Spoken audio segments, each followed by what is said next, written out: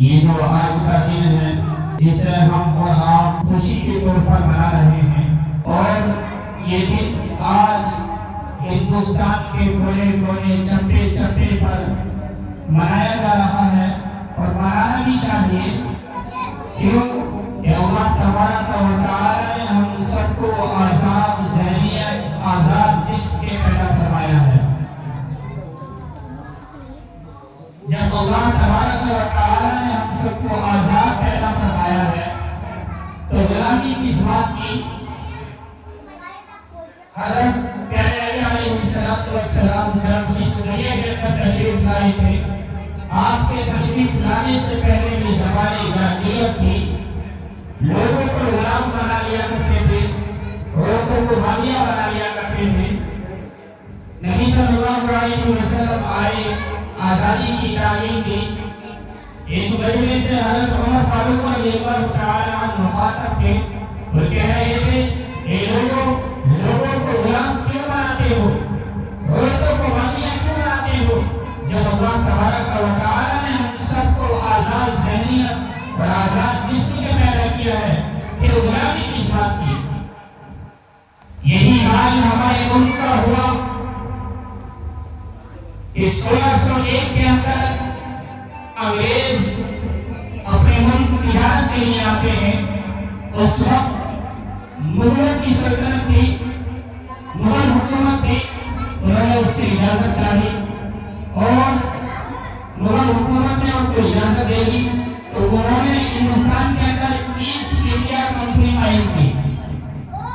وقت گزرتا رہا، لمحے گزرتے رہے، گاڑی بگاڑی، ہندوستان کے چپے چپے پر، کونے کونے پر انہوں نے ایسٹ انڈیا کی برانچیں کھولی، شاخیں قائم کی۔ جب ہندوستان کے کونے کونے میں یہ شاخیں قائم ہو گئی، تقریباً 100 سال گزر گئے، انگریزوں کو لگا کہ اب ہمیں بڑھ چڑھ کر حصہ لینا چاہیے اور اقتدار کے اندر، سرکاری محکموں کے اندر اپنے لوگوں کو پہنچانا چاہیے۔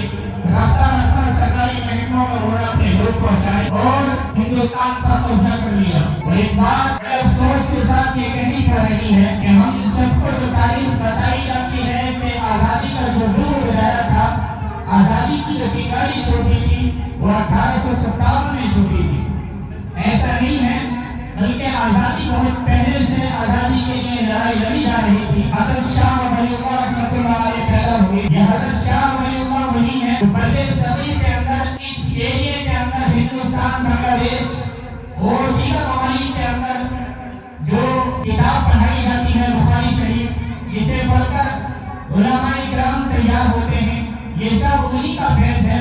ان سے پہلے یہ کتاب منظم نہیں تھی۔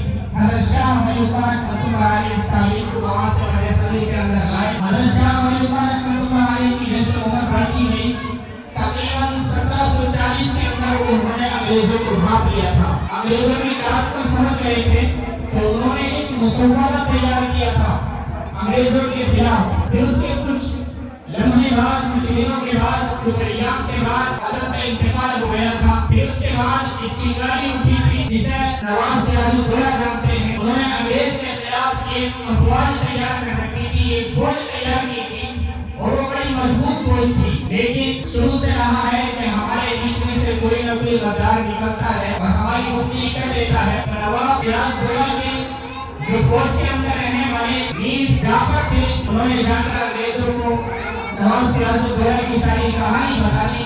پھر اس کے بعد ان کو شہید کر دیا گیا۔ پھر اس کے بعد حضرت ٹیپو سلطان والی انگریزوں سے لڑتے رہے، پھر حضرت ٹیپو سلطان رحمۃ اللہ علیہ لڑے۔ اس کے بعد سید اسماعیل شہید، اور بالا کوٹ کی تاریخ بھی آپ نے سنی ہوگی، تحریک عیش رومان بھی آپ نے سنا ہوگا۔ یہ سب انگریزوں کے خلاف ایک سازشی طور پر لڑ رہا تھا، اپنے ملک کو آزاد کرا رہا تھا، جس کے لیے علماء اکرام نے بے شمار قربانیاں دی ہیں۔ انگریز خود کہتا ہے کہ ہم ایک دن کے اندر تقریباً 40 علماء کو پھانسی کے پھندے پر چڑھایا کرتے تھے۔ تو یہ ملک جو آزاد کیا ہے، علماء اکرام کی اس کے اندر بہت بڑی قربانی ہے۔ تقریباً 59-60 ہزار علماء اکرام نے شہادت کی ہے۔ میرے دوستوں، ہمیں اپنی تاریخ یاد کرنی چاہیے، چونکہ آج تاریخ کے اوراق سے مسلمانوں کی تاریخ کو مٹایا جا رہا ہے، اسے ختم کیا جا رہا ہے۔ اگر ہم ہی اپنی تاریخ کو کو یاد نہیں رکھیں گے تو کون رکھے گا؟ آپ نے کسی کے منہ سے یہ نہیں سنا ہوگا کہ مسلمانوں نے یہ کیا یہ کیا. ہاں